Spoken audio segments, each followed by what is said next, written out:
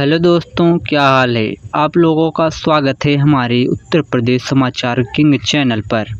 3 minute पहले ही असम में राहुल गांधी ने एप्स्टीन फाइल वाले भाषण ने तबाही मचा डाली। चलिए देखते हैं राहुल गांधी ने एप्स्टीन फाइल को कैसे बताया जनता को। एप्स्टीन फाइल को लेकर पूरा जनता हैरान है। चलिए देखते हैं राहुल गांधी के इस वीडियो को। पहला कारण आपने नाम सुना होगा एप्स्टीन का, सुना है?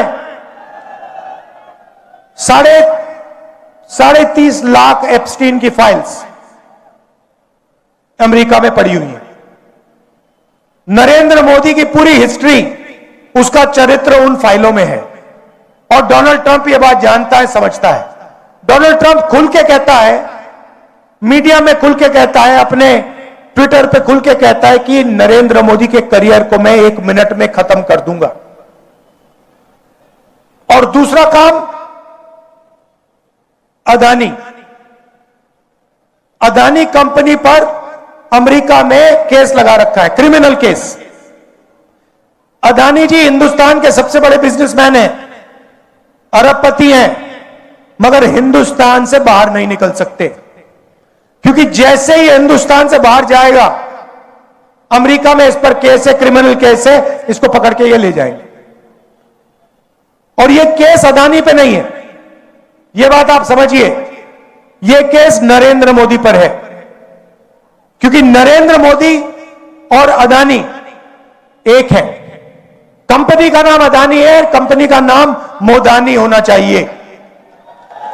और ये पूरा देश जानता है, पूरा देश जानता है कि बीजेपी का फाइनेंशियल सिस्टम, बीजेपी का फाइनेंशियल स्ट्रक्चर अदानी है। और यह डोनाल्ड ट्रंप को भी मालूम है, इसलिए उसने केस लगाया है और हिंदुस्तान के प्रधानमंत्री को कॉम्प्रोमाइज कर दिया है। नरेंद्र मोदी चू नहीं कर सकता है बिना डोनाल्ड ट्रंप के परमिशन लिए। डोनाल्ड ट्रंप अगर इससे कहेगा तू जंप मार, नरेंद्र मोदी जंप मारेगा। यह हिंदुस्तान की सच्चाई है। और आप लिख के ले लो, आप लिख के ले लो, ये जो नरेंद्र मोदी है, जो आज हिंदुस्तान के प्रधानमंत्री हैं, ये टिक नहीं पाएंगे, क्योंकि जनता में इतना गुस्सा है। आपको जितने इलेक्शन चोरी करने कर लो, मगर अंत में जो जनता की सच्चाई है, जनता में जो गुस्सा है, उसका सामना आपको करना पड़ेगा। और जनता डिसाइड करती है हिंदुस्तान में क्या होगा। अब देख लेना, आपने देखा, पता नहीं, मैंने भाषण किया, यूएस डील पर भाषण किया लोकसभा में, मैंने एप्स्टीन का नाम लिया और नरेंद्र मोदी ने अमित शाह को इशारा किया कि भैया, इसको स्पीकर से कहा कि भैया बंद करवा। 4 घंटे लोकसभा में मुझे बोलने नहीं दिया। मैं क्या बोलने जा रहा था? मैं एप्स्टीन की बात करने जा रहा था, मैं अदानी के बारे में बोलने जा रहा था,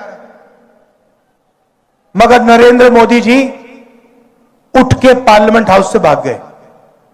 आंख में आंख नहीं मिला सकते, यह सच्चाई है।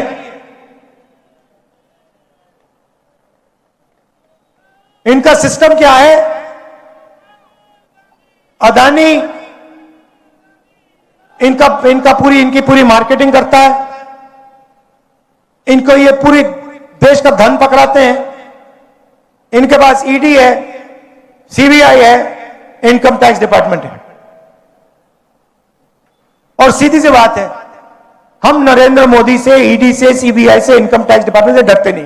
कर लो जो करना है, कोई फर्क नहीं पड़ता। हम कांग्रेस पार्टी, आप लिख के ले लो, कांग्रेस पार्टी नरेंद्र मोदी को हराएगी और फिर देखना हम क्या कार्रवाई करते हैं नरेंद्र मोदी के साथ। क्योंकि इन्होंने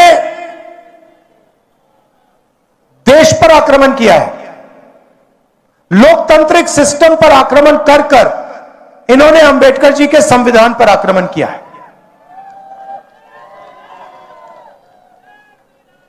संविधान पर आक्रमण किया है।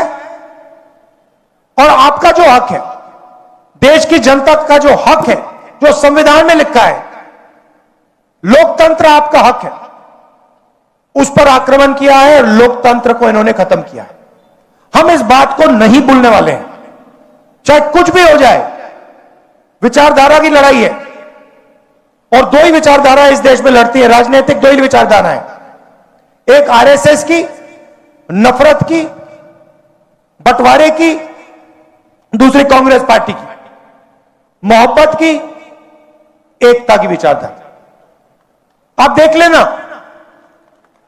बाकी सारी की सारी पार्टियां इनके सामने नहीं खड़ी हो पाएंगी, एक नहीं हो पाएगी और अंत में सिर्फ कांग्रेस पार्टी खड़ी होगी और कांग्रेस पार्टी इनको हराएगी। और हमारे जो बब्बर शेर यहां पे आए हुए हैं, आप याद रखो, आप किसी से डरते नहीं हो। आप याद रखो मैं क्या कह रहा हूं, नरेंद्र मोदी को, अमित शाह को कांग्रेस पार्टी हराएगी, बीजेपी को कांग्रेस पार्टी हराएगी। हरियाणा का जो पल्स है वो आपने मतलब लोगों से सुनकर समझा है और मेरी सोच है कि कांग्रेस पार्टी में हर प्रदेश में जो हमारे युवा नेता हैं, उन सबको इस प्रकार से जनता के बीच में यात्रा करनी चाहिए। सीखने को मिलता है, लोग जुड़ते हैं, राजनीतिक समझ बढ़ती है और हर यात्रा का, चाहे कितनी भी छोटी हो कितनी भी बड़ी हो, यात्रा की हिंदुस्तान में यात्रा का ट्रेडिशन है। तो यात्रा का जनता को और जो यात्रा करते हैं उनको फायदा होता है। देखिए, हरियाणा के बारे में आप मुझसे अच्छा जानते हो। यहां का चुनाव बीजेपी ने चोरी किया। मध्य प्रदेश, हरियाणा, महाराष्ट्र, अब बंगाल, असम, इन्होंने सिस्टम बना लिया है चुनाव चोरी करने का। लाखों नाम काट देते हैं, लाखों नए नाम जोड़ देते हैं। इलेक्शन कमीशन इनके कंट्रोल में है, ब्यूरोक्रेसी इनके कंट्रोल में है और ये सोचते हैं कि इनका राज अब रुक नहीं सकता।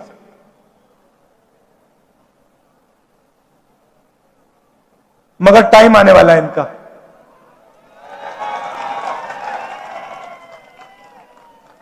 आप देख लेना, इनका टाइम आने वाला है, क्योंकि जनता को यह बात समझ आ गई है